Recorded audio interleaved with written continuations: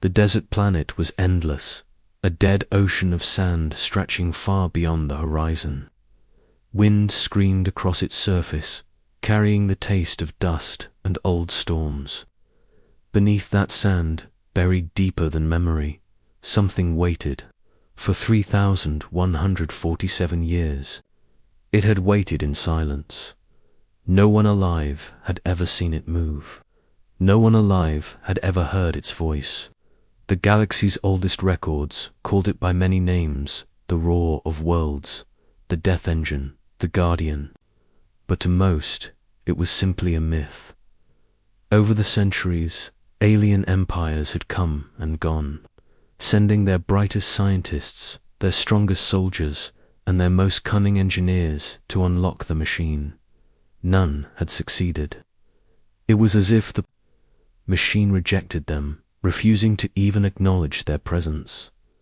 Some believed it was broken, others believed it was cursed, and some whispered that it was never meant for them at all. The planet's skies were dark that night, covered by a wall of thick clouds. Lightning flashed in the distance, lighting the dunes in sharp, cold blue for a heartbeat at a time. In the middle of this lifeless wasteland, a small salvage ship descended, its engines cutting the silence like a knife. The ship was old, patched together from different models and painted in dull grey. It didn't belong to any great empire, only to a crew of human scavengers who were looking for scrap metal and forgotten tech to sell. Ethan Cole stepped out first. He was tall, broad-shouldered, with rough hands and eyes that had seen too many mechanical problems and too few solutions. His jumpsuit was stained with oil, and his tool belt rattled as he walked down the ramp. The moment his boots hit the sand, he stopped. Something was wrong. The air felt heavy, not just with heat, but with a strange, invisible pressure, like the desert itself was holding its breath. Ethan's crew, 3 other humans, were busy unloading, scanning equipment, laughing and complaining about the weather. But Ethan wasn't listening. He could feel it, a low vibration, too soft to hear, but deep enough to reach his bones. "Cole," his captain shouted, "get moving. We don't have all day." Ethan didn't answer. His eyes had caught something. A head half buried in the sand, just beyond a ridge. He walked toward it, ignoring the protests behind him. The wind whipped around him, stinging his face with sharp grains. As he climbed the dune, the shape revealed itself. It was massive, bigger than any ship Ethan had ever seen.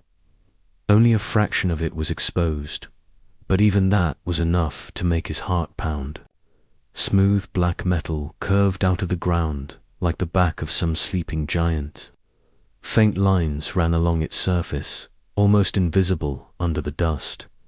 He placed his hand against it. The metal was cold, far colder than it should have been under. The burning desert sun, and for just a second, he thought he felt it move. Not a shift, not a shake, just a slow, deep pulse, like the beat of a heart. "Ethan," one of the crew shouted from below. "What is it?" He didn't answer. He didn't want to. Words would break the moment.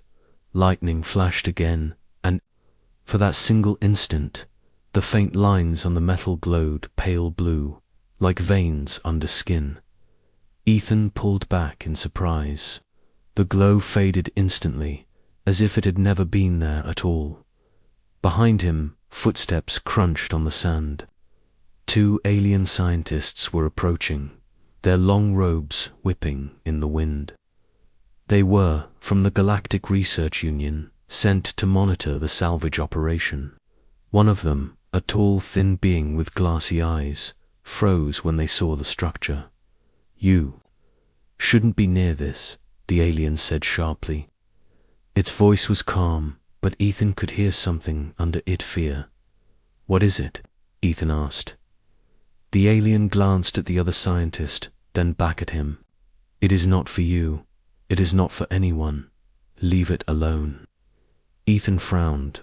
Looks like a machine to me. Machines can be fixed. The alien's glassy eyes hardened. This machine is older than your species. When it last awoke, stars went dark, do you understand? It killed worlds. Ethan looked back at the curved metal, his hand itching to touch it again. He didn't know why, but something inside him felt drawn to it. It wasn't fear he felt. It wasn't fear, he felt it as curiosity. A pull, like gravity, urging him closer. The wind howled louder, and Ethan's crew called for him again. But his eyes stayed on the faint lines in the metal. A sudden blast of wind tore through the ridge, and the sand around the structure shifted, sliding away to reveal more of its surface. As the dust cleared, a small section of the metal lit up. Glowing faintly, it was the first light the machine had shown in over 3,000 years. The alien scientists stumbled back. One of them muttered something in their own language, a prayer or a curse.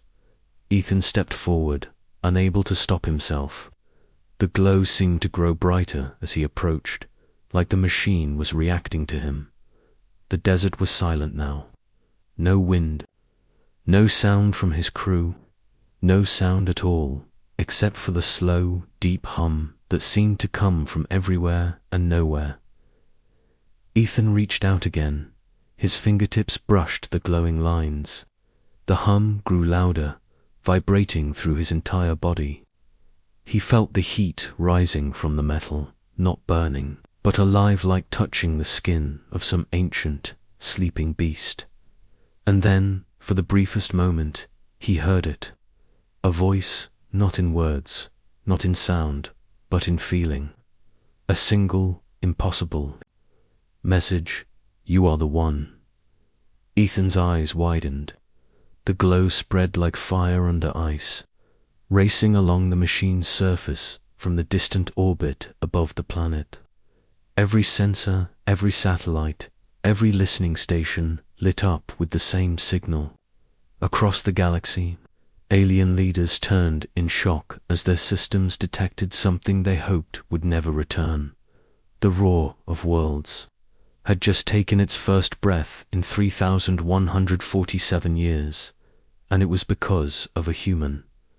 The glow didn't fade. It spread, crawling like lightning veins over the black metal, burning brighter with every second. Ethan stepped back, shielding his eyes, but he couldn't look away. The air smelled different, now not dust, not sand, but something sharp, metallic, almost electric. Far above the planet, in the cold silence of space, every listening post in the sector was screaming the same alert. Alien command stations lit up in red. Ships that had been drifting peacefully in orbit snapped to combat readiness. Generals barked orders. Scientists ran to their consoles. Words repeated over and over across 1,000 comm channels. The roar is stirring. On the desert ridge, the two alien scientists were no longer calm. One of them pulled a scanner from their belt, its display flashing with numbers climbing far beyond safe limits. The other tried to drag Ethan away. "You fool, you've woken it," the alien hissed, its voice shaking. Ethan pulled free. "I didn't do anything, you touched it." "That's enough," the alien snapped. For 3,000 years, it ignored every species. But you, the alien, stopped mid-sentence, staring at Ethan as if seeing him for the first time. Down below, Ethan's crew had noticed the light. They were climbing the slope now, their voices mixed with the roar of the rising wind. Captain Rourke reached him first, his hand gripping Ethan's shoulder hard. "What the hell's going on?" Rourke demanded. Ethan opened his mouth, but before he could speak, the ground beneath their feet trembled. It wasn't the violent shake of an earthquake, it was deep, rhythmic, like something massive was shifting far below. The glowing lines on the machine began to move, sliding apart to reveal a hidden seam. With a slow, grinding sound, a panel rose from the sand, smooth and sharp-edged. It wasn't alien writing carved into it, it was a control interface, covered in strange symbols. But Ethan saw something no one else did. Beneath the alien shapes, faintly, almost invisible, there were marks, letters, English letters. He froze.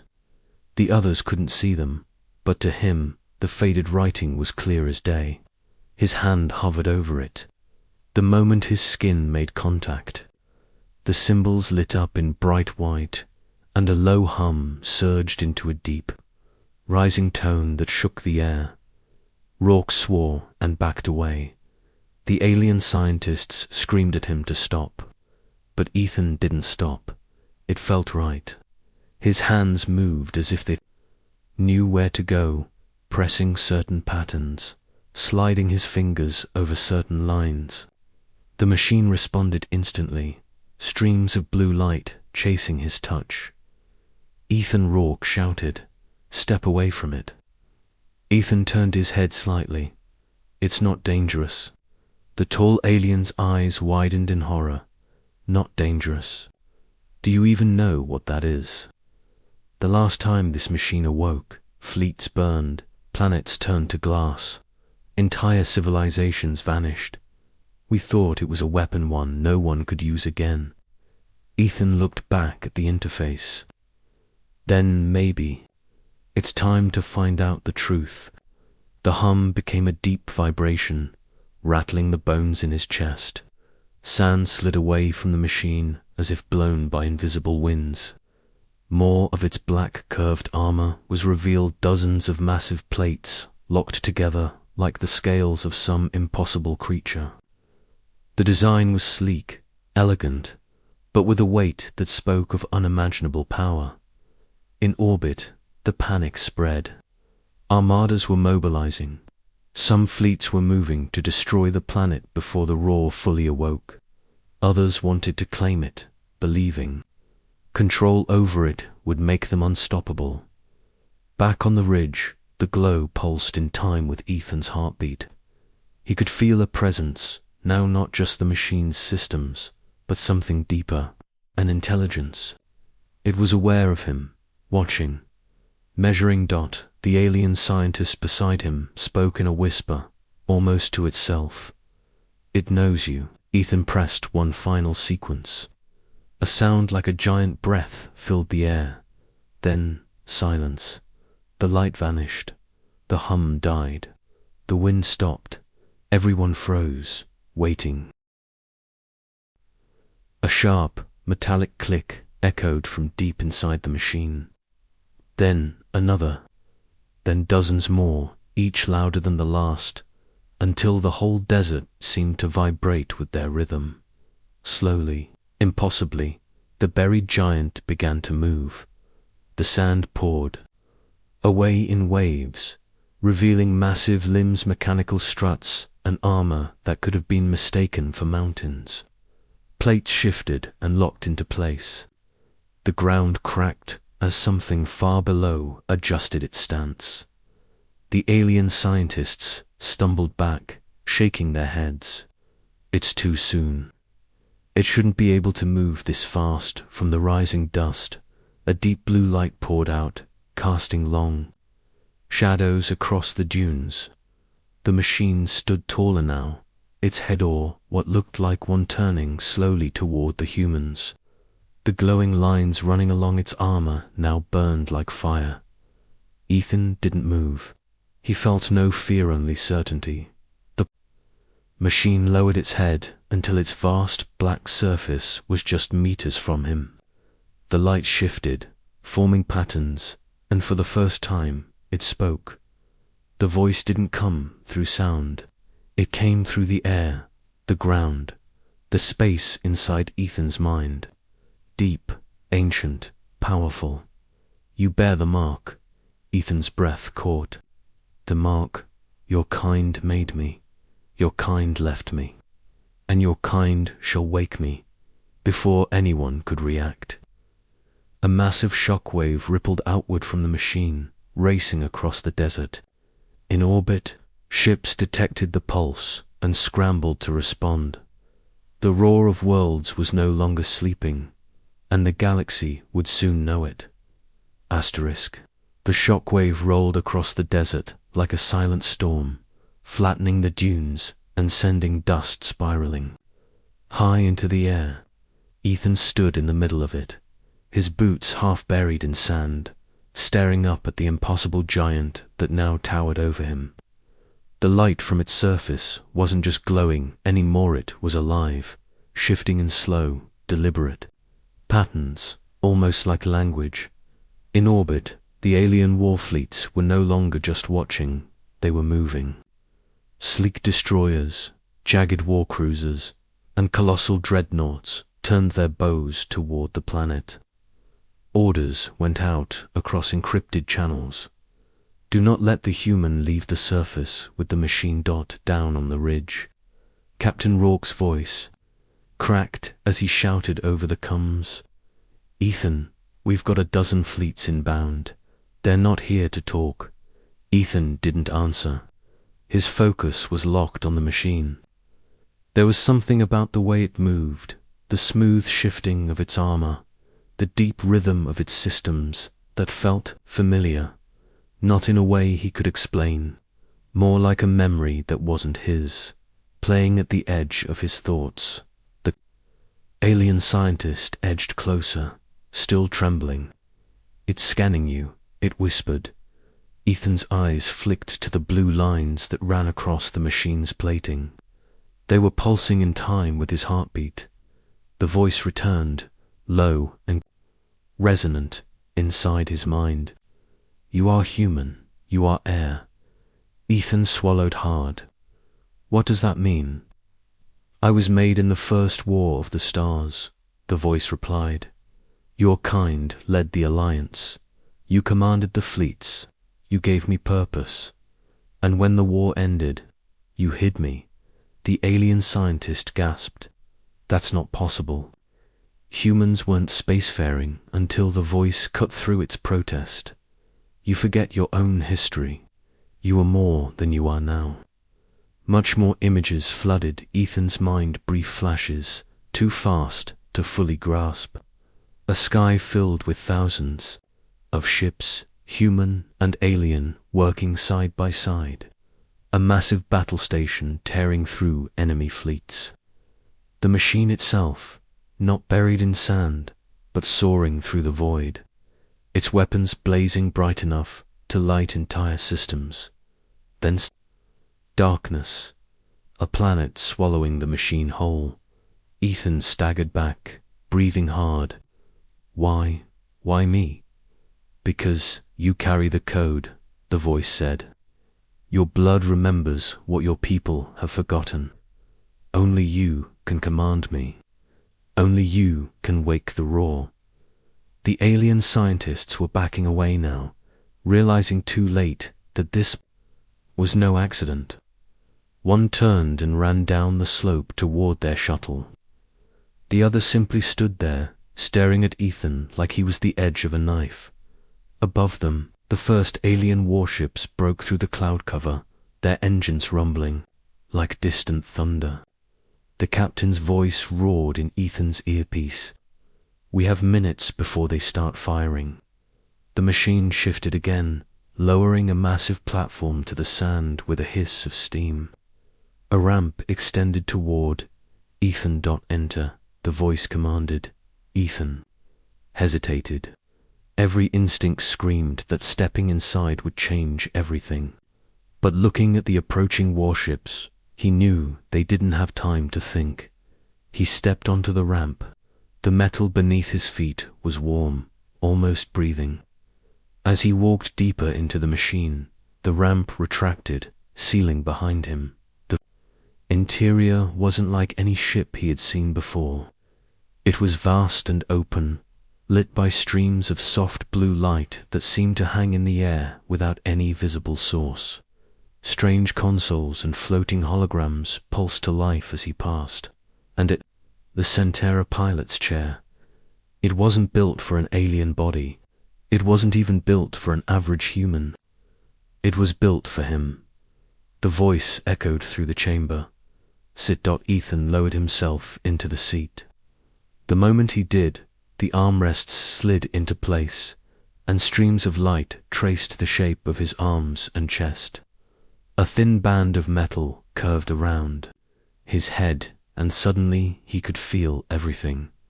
The wind across the dunes, the heat of the sun on the armor, the weight of the machine's colossal frame pressing into the planet's surface, and above, the prickle of distant energy signatures hundreds of ships, weapons armed, targeting him. His breath quickened. They're going to attack. Then we defend, the voice said. Shall I remember the weapons? Ethan hesitated. Weapons? What are you?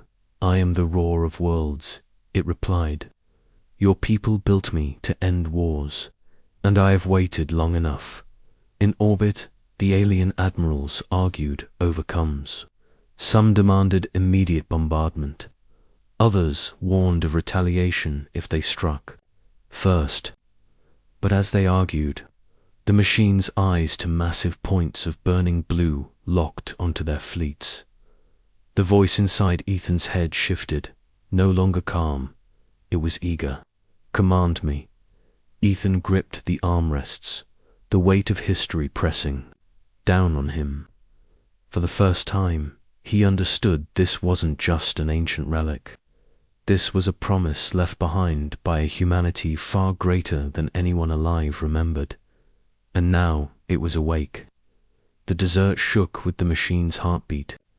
Each pulse sent faint ripples through the sand, as if the planet itself was nervous. Above, the sky was no longer empty. Alien warships blotted out the cloud-sleek silver cruisers, jagged black destroyers, and heavy dreadnoughts with weapons so large they could crack a moon. Their engines burned like angry stars.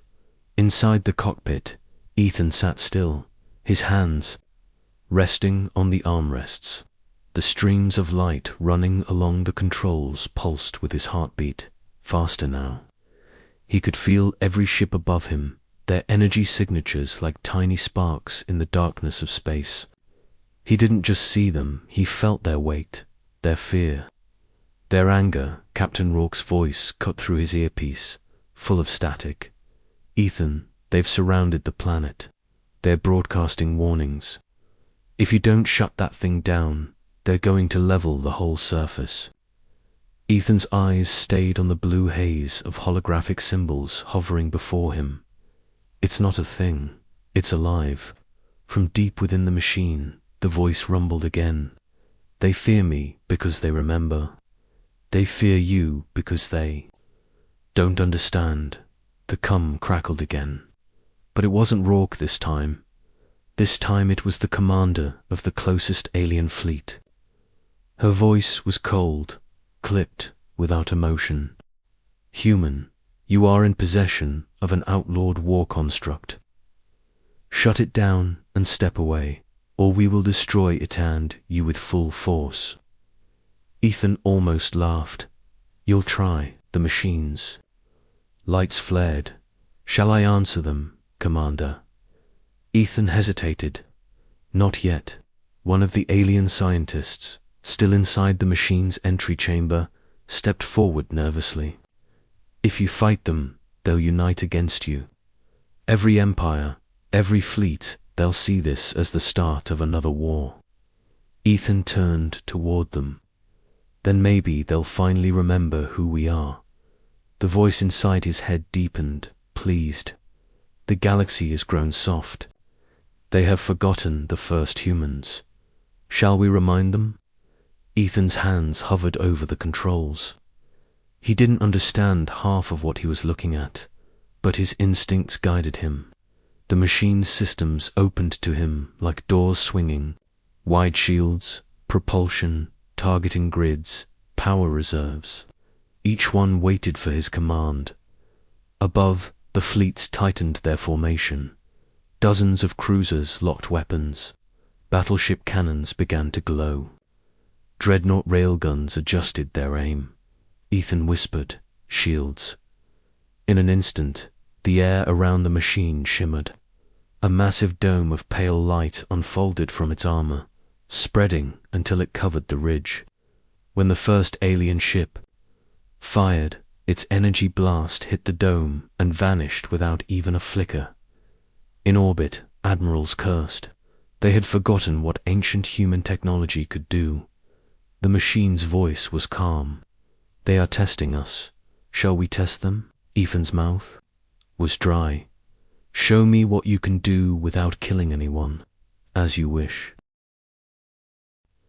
The cockpit darkened for a moment, then a surge of power roared through the machine's frame. On the ridge outside, the ground lit up with swirling patterns of light. A moment later, a pulse of blinding blue energy erupted upward, fanning out.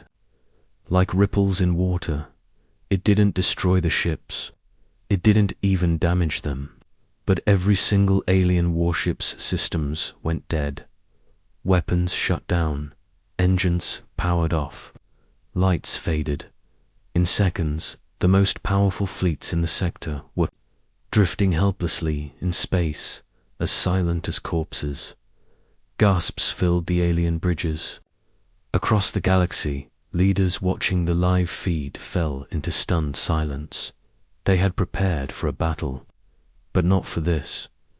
Ethan sat back in the chair, breathing hard. "You just shut them all down." "I defended you," the voice said simply, "and I told them the truth." Ethan frowned. "The truth?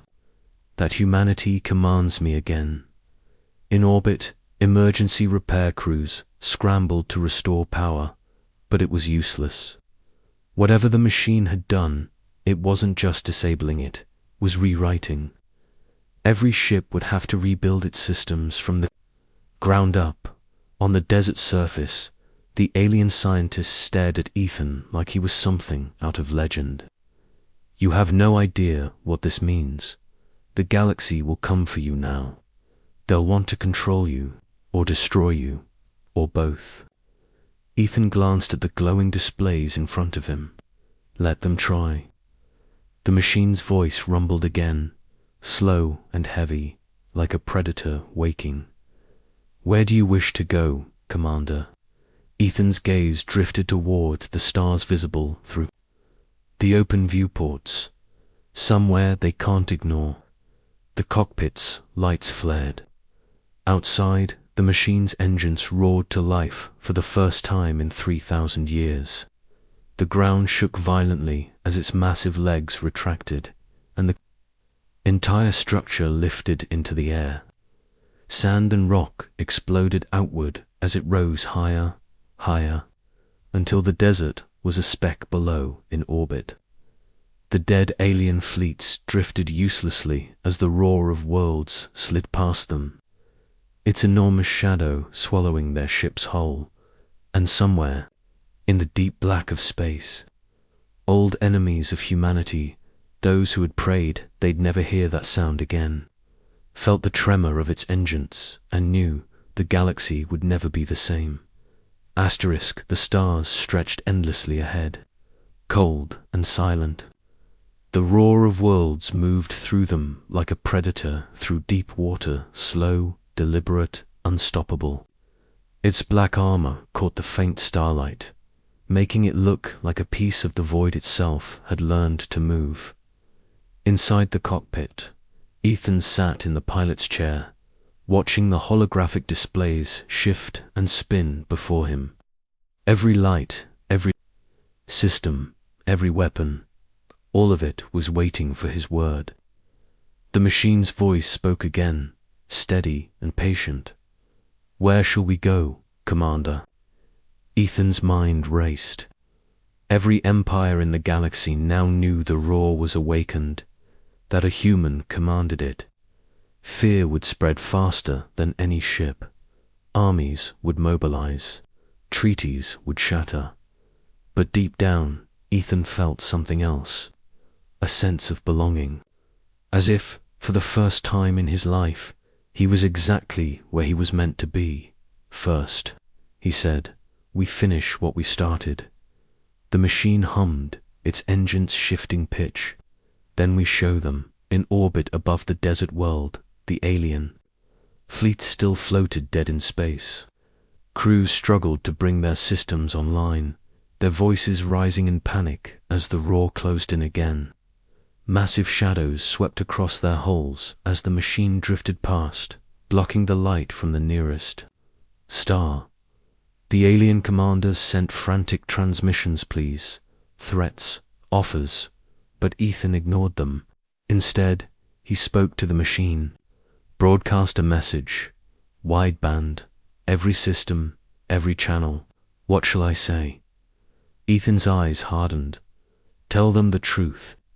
The cockpit's lights flared, and the message went out, not just in words, but in a voice that seemed to vibrate, in the bones of every listener across the stars. It was the voice of the roar itself, to the rulers of the galaxy. The roar of worlds has returned to its rightful commander. You failed to wake me because I was never yours. I am human-built, human-born, and human-led. If you come with war, I will end it. If you come with peace, I will remember it. Choose wisely. The transmission cut, leaving a wave of silence in its wake. Across alien capitals, leaders sat frozen. Some called for alliances, others whispered of preemptive strikes, but none dared make the first move. The alien scientist still aboard the roar stepped forward slowly. Do you understand what you've just done? You've challenged every power in the galaxy. They will fear you, Ethan Cole, and fear drives war. Ethan leaned back in the chair, his gaze never leaving the stars ahead. Then let them see exactly what a human can do. The machine's voice rumbled in approval. We can be more than a weapon, Commander. We can be a shield, a promise, a warning. Outside, massive panels shifted along the roar's hull, revealing weapon arrays unlike anything in current use long, needle-like cannons that glowed with contained energy, missile bays that could launch payloads across entire systems, and shield projectors capable of wrapping entire fleets in protection. But none of them fired. Not yet. Instead, Ethan gave a single command. Test the engines. The roar's core flared, light spilling from vents and seams like molten fire. Then, without warning, the machine leaped forward. Stars blurred into lines, planets flashed past in streaks of color. Space itself seemed to bend around them when they dropped back into normal speed. They were on the edge of a war zone, two alien fleets locked in battle over a disputed mining world. Energy blasts lit up the black, ships burning and breaking apart. The raw sensors reached out instantly, mapping every ship, every weapon, every threat. They fight for resources, the machine noted. Neither will win without great loss. Jaw tightened. Then we stop it. The roar moved between the fleets like a wall of living metal. Its shields unfolded in a vast dome, catching incoming fire from both sides. Then it released another pulse knot, the disabling strike from before, but something gentler. Power systems stayed online, but weapons froze, engines locked in place. For the first time in hours, the battlefield fell silent. The comm channels exploded with voices, demanding answers, demanding to know who dared interrupt their war. Ethan opened the channel. The fighting ends. Now, go home or face the roar. For a long moment, no one moved. Then, slowly, one fleet turned away. Then the other. The alien scientist stared at him. You just stopped a war in 30 seconds. Ethan shook his head. No, we did. The machine's voice resonated with quiet pride. Humanity built me for this, and together we will do more. As the fleets retreated into the distance, the roar turned toward the deep black again. Ethan looked out at the stars, feeling their pull. Somewhere out there, more battles waited, more secrets, more reminders that humanity was not to be underestimated. The machine spoke one final time. "Where to, Commander?" Ethan smiled. "Everywhere." The engines roared, shaking space itself, and the galaxy would never forget the sound.